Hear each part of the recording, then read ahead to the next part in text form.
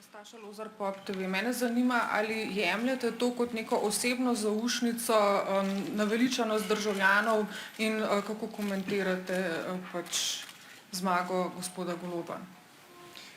Jaz te volitve jemljem predvsem kot naveličanost državljanov z dosedanjo opozicijo, saj so jo praktično pometli iz parlamenta. Slovenska demokratska stranka na teh volitvah ni nastopala s taktiko lijaka, da bi srkala vse glasove, ki so tako ali drugače bili naklonjeni vladni koaliciji. Nastopili smo kot tim in kljub temu povečali število mandatov iz prejšnjega oziroma iz dosedanjega mandata.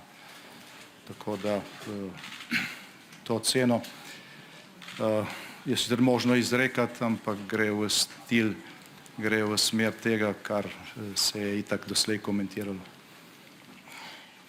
Še kakšno vprašanje, izvolite. Lep pozdrav, Miha Orešnik, N1. Gospod Janša, kaj so pomenili ti vaši tviti danes čez dan? Kar nekaj jih je bilo o ruskem vmešavanju. Nekateri so že ocenjevali, da ne boste priznali porazov oziroma da boste skušali spodkopavati rezultate in kako boste sodelovali z gospodom Golobom glede na ostro predvolilno kampanjo in retoriko. Hvala.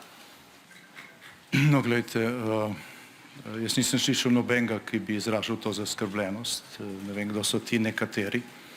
Jaz sem pojasnjeval zaskrbljenost nekaterih v tujini, ki so spremljali dogajanje v Sloveniji, napade na vlado in mene osebno, zato ker smo obiskali Kijev, ne pa Moskvo, zato ker smo pomagali Ukrajini, vendar, spoštovani, to je mainstream evropske in svetovne politike danes.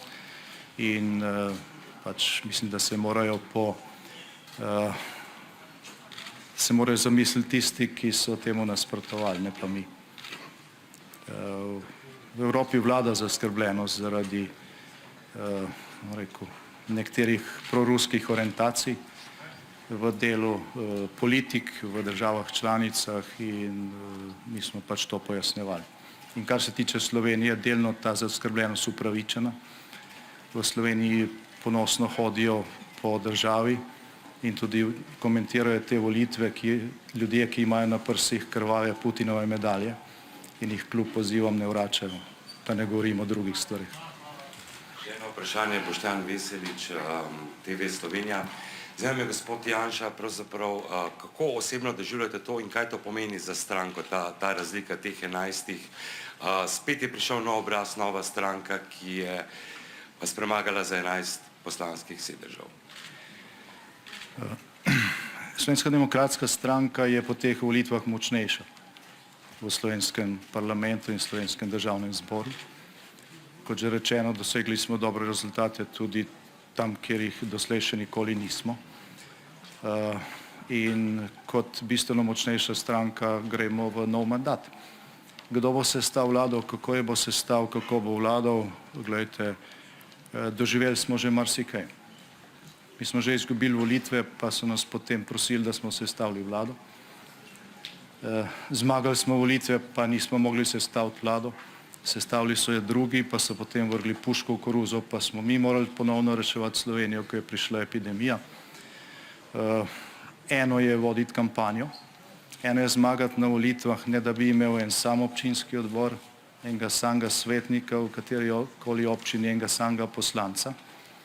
Enostavno je pač financirati plakate, jih obesiti med podporo vseh medijev, tako imenovane civilne družbe in doseči nek rezultat, tudi to smo v Sloveniji že videli. Potem pa pridejo izzivi, trdo delo in tam naenkrat vse to ne pomaga. Tako da jaz želim, kdorkoli bo sestavljal vlado, če to gospod Golob, čeprav nekateri izražajo dvome, jaz upam, da bo, glede na to, da bi se to spodobilo, glede na rezultat relativnega zmagovalca, da je uspešen, da se stavi trdno vlado, da se stavi ekipo, ki bo delala za celo Slovenijo, ne samo za nekatere. In mi smo pri tem pripravljeni pomagati, ne glede na to, kje bomo. Ko smo mi sestavili vlado, smo v opoziciji ponujali partnerstvo za razvoj, sodelovanje pri pripravi sistemskih rešitev. Če bomo mi v opoziciji in če bo to kdo nam ponudil, bomo to z veseljem sprejeli. Se pravi, boste podprli dobre predloge? Še vedno smo jih. Hvala. Hvala lepa. Hvala lepa, izvolite. Dober večer, Gašper Lube, Al Jazeera Balkans. Kar se tiče rezultatov, imate več mandatov, vendarle odstotkovno manj glasov kot 2018, več mandatov tudi zato na račun drugih strank, ki niso prišle v parlament. Ali bo kakšna znotraj strankarska debata, ste morda razmišljali v kakšnem trenutku po objavi rezultatov o odstopu? Hvala lepa. Zdaj, kar se tiče odstopov, mislim, da je pred nami še dolga vrsta tistih, ki so izgubili vse mandate ali pa pol mandatov in tako naprej, bo malo počakali, kako se bo to zvrstilo. Zdaj, kar se tiče pa zasluženosti teh mandatov. Mi teh mandatov nismo dobili na podlagi drugih strank ali pa zaradi drugih strank, ampak zaradi našega garanja zadnjih 2 leti in zaradi nekaj 10 tisoč glasov več, ki smo jih dobili na teh volitvah kot na prejšnjih.